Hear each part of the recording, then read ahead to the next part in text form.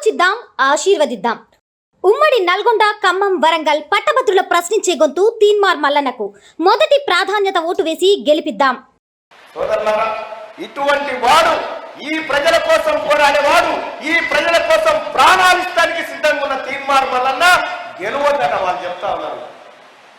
ఇలా తిరుగుతుండా మీ రేఖాకాంతారావు ఇటు మీ రేఖాకాంతారావు తిరుగుతలేడు. మొత్తం క్లోజ్ అయిపోయిందా? మొత్తం క్లోజ్ అయిపోయిందా? ఏమని చెప్తుండొచ్చు ఇప్పుడు టీఆర్ఎస్ పార్టీ కోటేయమని? మా పల్లా రాజేశ్వర రెడ్డిని అప్పుడు ముందుగా తీసుకొచ్చినాం, 3 ఏళ్ళు చూసినాం, ఆయనకు శాతమైక లేదని ఆయన వెళ్ళిపోయిండు. ఇక మంచి పోరాన్ని తీసుకొచ్చినాం అని వస్తాడా? మాతో కాదనే వెళ్ళిపోయారు కదా. ఈ ఉప ఎన్నిక ఎందుకు వచ్చింది? మాకు శాత కాదని బీఆర్ఎస్ వాళ్ళు అక్కడ దించుకొని వచ్చింది ఉప ఎన్నిక కాదా? అందుకోసం వచ్చింది కదా. మీకు శాత కాదని వెళ్ళిపోతే కదా ఈ పేదవాడి కష్టాన్ని నా భుజాల మీద చేసుకుంటాను నేను కదా వచ్చింది. అలా 3 ఏళ్ల కింద 3 సంవత్సరాల క్రితం తీన్మార్ మల్లన్న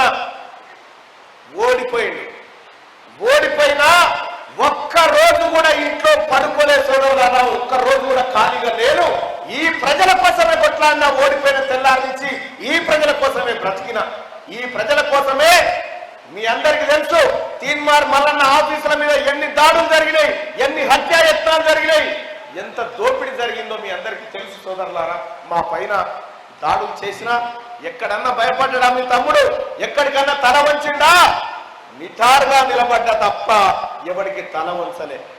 మీ నాయనకు కల్వకుంట్ల చంద్రశేఖరరావుకు, కల్వకుంట్ల తారక రామారావుకు బ్రోకరిజం అనేది, లేకపోతే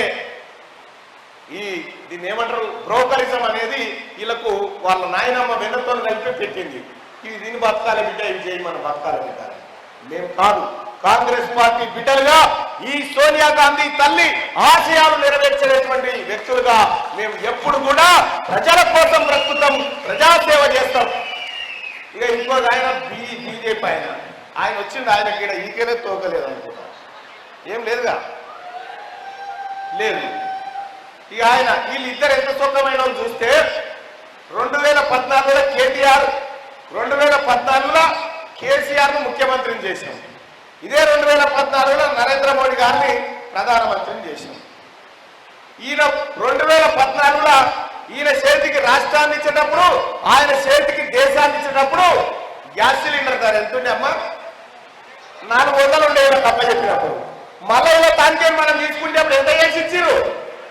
1000 రూపాయలు చేసి ఇచ్చారు.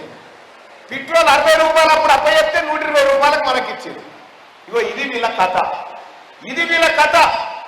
1000 ఎకరాల భూములు కోట్ల రూపాయలు సంపాదించి మీ కడుపు నింపుకున్నారు తప్ప ఏ ఒక్క పట్టభద్రుని కడుపు నింపలే. వీళ్ళు వాళ్ళందరి ముసురు పుచ్చుకున్నారు.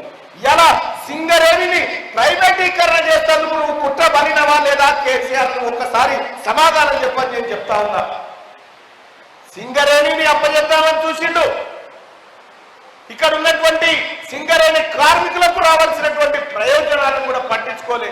వాళ్ళు సుదీర్ఘ కాలంగా మాకు బొగ్గు బావులలో దిందామన్నా, మేము కష్టం ఉందన్నా, మాకు ఐటీ ఎగ్జామ్స్ ఇవ్వమని అడుగుతా ఉంటే ఈ దుర్మార్గులు పట్టించుకోలే. ఏ ఒక్కనాడు ప్రధానమంత్రి దగ్గరికి పోలే, వాళ్ళను పట్టించుకోలే. ఇక్కడ బీపీఎల్ కంపెనీ ఉంది సోదరులారా. ఇక్కడ అనేకమైనటువంటి కంపెనీలు ఉన్నప్పటికీ కూడా వాళ్ళ జీవితాల్లో ఏ మాత్రం పట్టించుకున్నటువంటి వ్యక్తులు. ఇక హెవీ వాటర్ ప్లాంట్కి సంబంధించినటువంటి సమస్యలు కానీ అనేకమైన సమస్యలు ఇక్కడ ఉద్యోగస్తుల్లో ఉన్నాయి. ఈ ఏజెన్సీ ప్రాంతాల్లో పనిచేసేటువంటి ఉద్యోగుల కష్టాలను నిన్నటి పట్టించుకోలే. ప్రభుత్వ ఉద్యోగుల జీతాలు ఎప్పుడొచ్చేటి? మొన్నటిదాకా ఎప్పుడొస్తాయో తెలియకుండా బతికినారు ప్రభుత్వ ఉద్యోగుల జీతాలు. కాంగ్రెస్ పార్టీ అధికారంలోకి రాగానే గౌరవ ముఖ్యమంత్రి రేవంత్ రెడ్డి గారు సీఎం అయిన వెంటనే ప్రతి నెల 1 తారీఖునే జీతాలు ఇస్తా ఉంది ఈ ప్రభుత్వ ఉద్యోగులకు తెలంగాణ రాష్ట్ర ప్రభుత్వం సోదరులారా. ఇంకంతే కాదు, అనేకమైనటువంటి కార్యక్రమాలను 2 లక్షల ఉద్యోగాలను భర్తీ చేయాలని కాంగ్రెస్ పార్టీ తన మేనిఫెస్టోలో పెట్టింది అన్నట్టుగానే కార్యక్రమాలన్నీ చేసుకుంటూ పోతా ఉంది సోదరులారా. ఇంకా డిఎస్సి పోస్టుల పెంపుదల కానీ, గ్రూప్ 2, గ్రూప్ 3 పోస్టుల పెంపుదల కానీ, ఇంకా ఏజెన్సీ సిస్టమ్ ఏదైతే ఉందో దాన్ని రద్దు చేసి ఈ అవుట్ సోర్సింగ్ కార్మికులకు నేరుగా వేతనాలు ఇప్పించేటువంటి కార్యక్రమాలతో పాటు ఈ కాంట్రాక్ట్ ఉద్యోగులను కూడా పర్మనెంట్ చేసే దిశగా కాంగ్రెస్ పార్టీ ప్రభుత్వం ఆలోచన చేస్తా ఉంది. అందుకోసమే మేనిఫెస్టోలో కూడా ఇవన్నీ పెట్టిందని చెప్పి తెలియజేస్తా ఉన్నాం. ఇవాళ 1998 డిఎస్సి బాధితుల గురించి ఎన్నడూ పట్టించుకున్న పాపాన పోలేదు కేసీఆర్. పీఈటీలను పండిట్లను అప్గ్రేడేషన్ చేస్తాని మోసం చేసినటువంటి కేసీఆర్ ఇలా మళ్ళీ ఏ ముఖం పెట్టుకొని ఓట్లు అడుగుతాడని చెప్పి నేను తెలియజేస్తా ఉన్నా సోదరులారా. ఇలా 46 జీవో తీసుకొచ్చి 317 జీవోలు తీసుకొచ్చి పేద ఉద్యోగస్తులను నడ్డీడగొట్టి భార్య ఒక చోట భర్త ఒక చోట పనిచేసే పరిస్థితిని క్రియేట్ చేశారు. వీళ్ళు కాదా ఈ సమాజానికి పట్టిన చీడ పురుగులు వీళ్ళు కల్వకుంట్ల చంద్రశేఖరరావు కుటుంబం అని చెప్పి తెలియజేస్తా ఉన్నా. ఇంకా సిగ్గు లేకుండా ఏమంటారు తెలుసా, కేసీఆర్ నిన్నమన్నా కేటీఆర్ ప్రజలు తప్పు చేసిరు, మనమే తప్పు చేసినామట వాళ్ళ కోటే అట. చెరువు మీద కొంగలిగినట్టే ఉన్నది కథ. తప్పు మనం చేసినామట. ఓ సన్నాసి, నువ్వు ఈ ప్రజలను పట్టించుకుంటే నువ్వెందుకు కోల్పోదురా సన్నాసి? నువ్వు పట్టించుకోగానే పబ్లిక్ నిన్ను పట్టించుకోలే, తన్ని బయటికి వెళ్ళగొట్టిడు ప్రగతి భవన్ నుంచి. ఇంకా సిగ్గు రాలేకపోతే ఎవడేం చెప్తాడు మీకు? ఈ రకంగా సోదరులారా, ఇక తెలంగాణ రాష్ట్రంలో ముఖ్యంగా ఉమ్మడి ఖమ్మం జిల్లాలో మైనింగ్ యూనివర్సిటీని కాంగ్రెస్ పార్టీ ప్రభుత్వం ఏర్పాటు చేయబోతుందన్న విషయాన్ని మీకు తెలియజేస్తా ఉన్నాం సోదరులారా. ఇంకా అంతేకాదు, రాబోతున్నటువంటి పట్టభద్రుల ఎమ్మెల్సీ ఎన్నికల్లో సోదరి మల్లారా, పోయినసారి కూడా మనుగూరులో చాలా మంది బిడ్డలు అండగా నిలబడ్డారు. తీన్మార్ మల్లన్నది పోయినసారేమో 39 సీరియల్ నెంబర్ ఉంటే ఎత్తికి వేసిరు. కానీ అప్పుడు ఏమైందంటే ఈ పల్లా రాజేశ్వర రెడ్డి దొంగ ఓట్లతోని బోగస్ ఓట్లతోని గెలవడం జరిగింది. అప్పుడు కూడా ఏ లేదంటే వేసిరు కానీ ఏం చేసిరు, తీన్మార్ మల్లన్న అని ఉంటే దాని పక్క పొంటి 1 నెంబర్ వేస్తేనేమో ఈ ఓటు విలువైతుంది. సీరియల్ నెంబర్ 2లో తీన్మార్ మల్లన్న అని రాసి ఉంటది. దానికి ఎదురుగా ఖాళీగా ఉన్న డబ్బలో 1 నెంబర్ వేయాలి. అట్లా అయితే ఈ ఓటు వస్తుంది. పోయినసారి ఏం చేసారు, చాలా మంది జై మల్లన్న అని రాసిపోయారు. దాని మీద రక్తాలతో బొట్లే పెట్టిపోయారు, జిందాబాద్ అంటారు.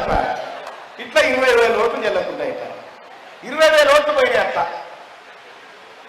5,000 తేడాతో మనం ఓడిపోతుంది. అక్క ఈసారి ఆ పొరపాటు జరగనీయకుర్రి. మీ తమ్ముడు చట్టసభకు పోతే మీ బిడ్డలకు రక్షణ లేకుంటాడు. మీ బిడ్డల కోసం, మన జీవితాల కోసం ఈ తమ్ముడు రక్షణగా ఉంటాడన్నా. దయచేసి ఈ తమ్ముడిని 2 చేతులు లేపి ఆశీర్వదించాల్సిందిగా మీ అందరినీ కోరుతా ఉన్నా. ఈ మనుగోడు గడ్డ నన్ను ఆశీర్వదించమని మీ అందరినీ వేడుకుంటా ఉన్నా. అన్నా ఆశీర్వదించినట్టేనా?